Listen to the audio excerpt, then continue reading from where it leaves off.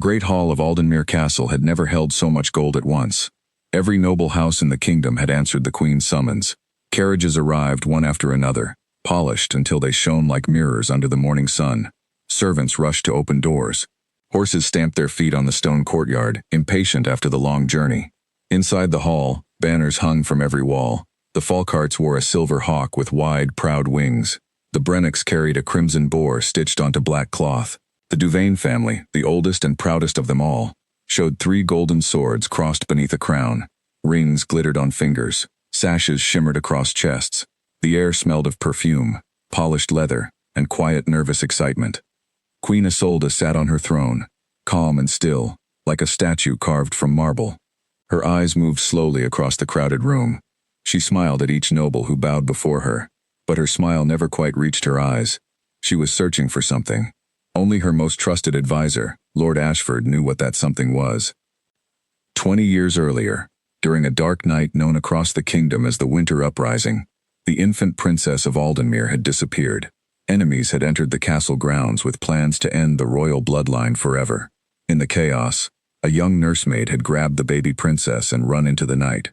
She was never seen again, no body was found, no trace remained, only a story passed down in whispers, and a single detail that the queen had never forgotten.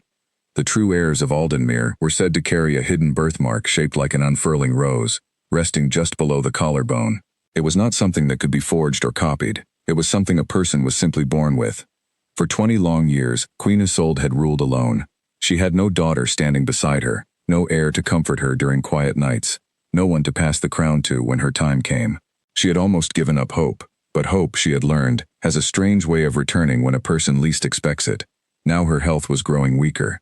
Whispers about who would take the throne after her had grown louder among the noble families. Some hoped to claim the crown for themselves. Others simply wanted peace and a clear answer. The queen needed to know, once and for all, if her sister's child was still alive somewhere in the kingdom. So she called every noble family to the castle. To everyone else, it looked like a simple ceremony, a chance for the queen to honor the great houses of the land. But it was something far more important. "Show me your family crests," the queen announced, her voice calm but firm, carrying across the enormous hall. "Every house, every heir, every daughter and son, let Aldenmere see the marks of its nobility today." One by one, the noble families stepped forward. Signet rings were held high for all to see. Sashes were unfolded with great pride. Lord Duvain walked forward first, chest puffed out, his golden crest gleaming under the candlelight. He spoke loudly about his family's long history, about ancestors who had served kings and queens for hundreds of years. Several nobles clapped politely. Others rolled their eyes when he was not looking. Near the back of the hall, almost hidden behind a tall stone column, stood a girl in a plain gray traveling cloak.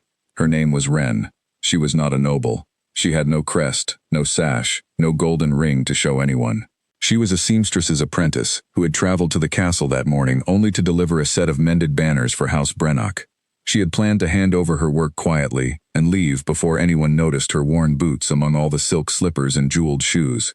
But it was too late to leave now. The doors were closed. Guards stood at every exit. She had no choice but to stay and wait, hoping no one would look her way. Lord Ashford, however, did look her way.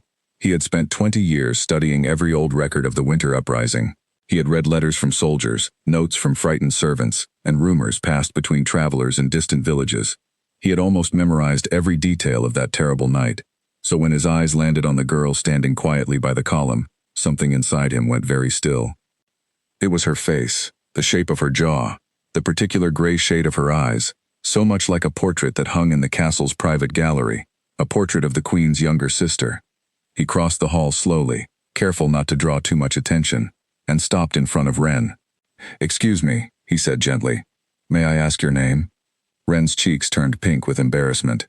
She had hoped to remain invisible. "My lord, I am no one important. I only came to deliver banners for House Brennock. I did not mean to intrude on such an important day." "Your name," Ashford repeated, kindly but firmly. "And where were you raised?" She hesitated, glancing around at the grand hall, feeling very small among all the silk and gold. But something about the old man's steady gaze made her want to answer honestly. "My name is Wren," she said quietly. "I was raised in a small village 3 days' ride from the capital. A woman raised me, though she was not my true mother. She passed away when I was young, And she left me only this old cloak and a story that never quite made sense. What kind of story? Ashford asked. Wren looked down at her hands. She used to call me Little Rose. I never understood why. She never explained it, no matter how many times I asked. Lord Ashford's breath caught in his throat. He turned quickly and walked toward the throne, leaning down to whisper something into the Queen's ear. Isolde's expression changed instantly. Her calm, practiced smile disappeared, replaced by something raw and hopeful, an emotion she had not allowed herself to feel in many years. She rose slowly from her throne. "Come here," the Queen said, looking directly at Wren. The entire hall fell silent. Every noble turned to see who the Queen was speaking to. Whispers spread like wildfire through the crowd. Some nobles laughed quietly, assuming it was a mistake. Others frowned, confused about why a simple servant girl was being called forward during such an important ceremony. Wren felt her heart pounding as she walked the long stretch of red carpet toward the throne. Every step felt heavier than the last. She could feel dozens of eyes on her, judging her plain cloak, her scuffed boots, her lack of any noble symbol. When she finally reached the throne, she lowered herself into a clumsy, nervous bow. "Your Majesty," she said softly, "I don't understand. I have no crest to show you. I am only a seamstress's apprentice." The Queen did not ask for a ring. She did not ask for a sash or a banner. Instead, she asked Wren to gently pull back the collar of her cloak, just below her collarbone, where an old mark had rested since her earliest memories. Wren had always been told it was simply a birthmark, nothing more, something to be hidden beneath her dresses and never spoken about. With trembling hands, Wren obeyed. The moment the fabric shifted, sunlight from the tall windows caught the mark perfectly. It was shaped like an unfurling rose. A collective gasp swept through the hall. Nobles who had spent the entire morning boasting about their ancient bloodlines now stared in stunned silence. Lord Duvane's proud smile faded completely from his face. Lord Ashford let out a long breath, one it seemed he had been holding for 20 years. Queen Isolde reached out with a hand that trembled, not from age, but from disbelief and overwhelming emotion. She touched the mark gently, as though it might disappear if she pressed too hard. "Your mother," the Queen said, her voice barely above a whisper, "was my sister's most trusted nursemaid. She gave everything to protect my sister's daughter on the night our enemies tried to end our family forever. I always believed she died protecting nothing but memories. I never dared to hope she had actually succeeded." Wren shook her head slowly, still trying to understand. "I don't understand, Your Majesty. I mend banners. I sew dresses. I am nobody important. You are the lost princess of Aldenmere," the Queen said, her voice growing stronger, loud enough now for everyone in the hall to hear clearly. "You have been living quietly in this kingdom, unknown and unclaimed, for 20 long years." The hall erupted into noise. Nobles who had arrived that morning so confident in their own importance, now whispered frantically among themselves. Some looked amazed, others looked deeply unsettled. Lord Duvane stepped forward, his face pale, trying to find words to protest. "Your Majesty," he said carefully, "a mark alone cannot prove such an enormous claim. Surely we need more evidence before making such an announcement." The Queen nodded calmly, expecting this exact reaction. "You are right to ask for proof, Lord Duvane. And proof, thankfully, already exists." Lord Ashford stepped forward with a stack of old papers he had carried with him that morning. Papers he had studied for years without ever finding the missing piece he needed. Now, finally, he had it. He read aloud the name of the nursemaid who had vanished on the night of the winter uprising. The name matched a record from a small village registry, one Ashford had only recently uncovered after months of searching. The timeline lined up perfectly. The dates matched. The distances matched. Every small detail fit together like pieces of a puzzle that had finally found its final piece. Slowly, one by one, the doubtful whispers in the hall turned into murmurs of amazement. Wren stood frozen at the center of it all, feeling as though the ground beneath her had shifted completely. She did not feel like a princess. She felt like the same girl who had walked into the castle that morning, terrified someone would notice her worn boots among the silk slippers and jeweled shoes. She had spent her whole life believing she was ordinary, unimportant, easy to overlook. Now the entire kingdom was staring at her as though she held its future in her hands. The Queen took both of Wren's hands gently in her own. "You do not have to understand everything today," she said softly, her eyes glistening with tears she refused to let fall in front of the court. "But I promise you, in time you will." Slowly, the nobles around the hall began to lower themselves into deep bows. Even Lord Duvane, though clearly uncomfortable, eventually bent his knee along with the rest. The very people who had not spared Wren a single glance that morning, now knelt quietly before her. acknowledging a truth none of them had expected to witness that day. In the days that followed, Wren's life changed in ways she could hardly comprehend.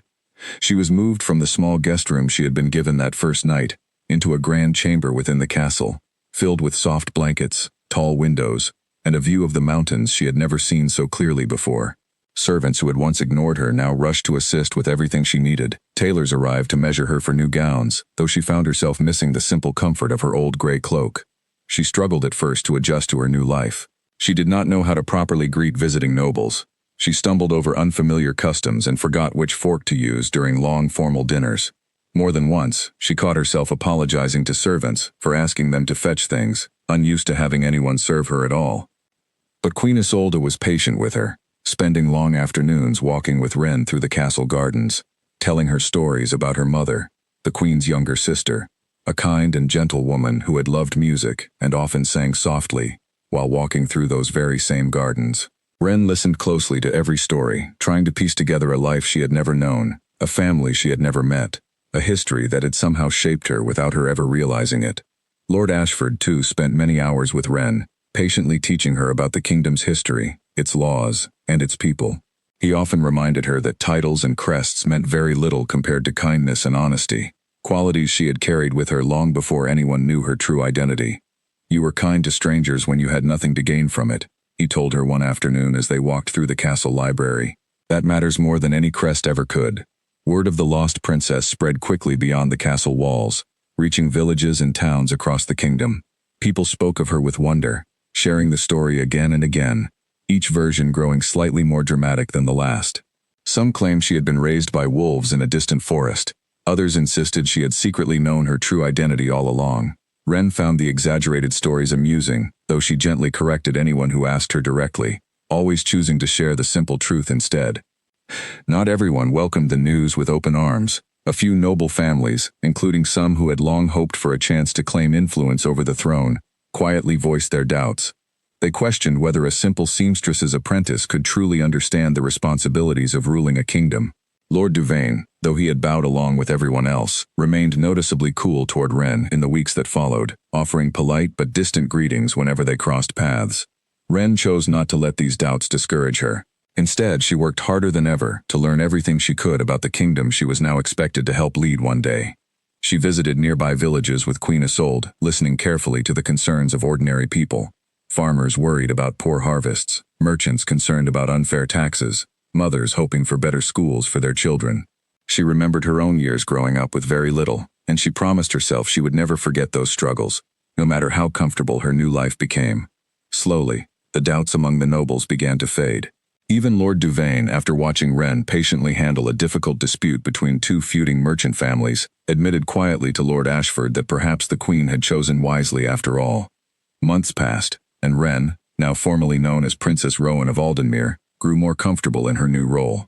She kept her old gray cloak folded carefully in a chest beside her bed, a quiet reminder of where she had come from, and the woman who had raised her with such love and sacrifice. She often thought about her, wondering if she had known, even in her final days, that the little girl she called Little Rose would one day return to claim her rightful place.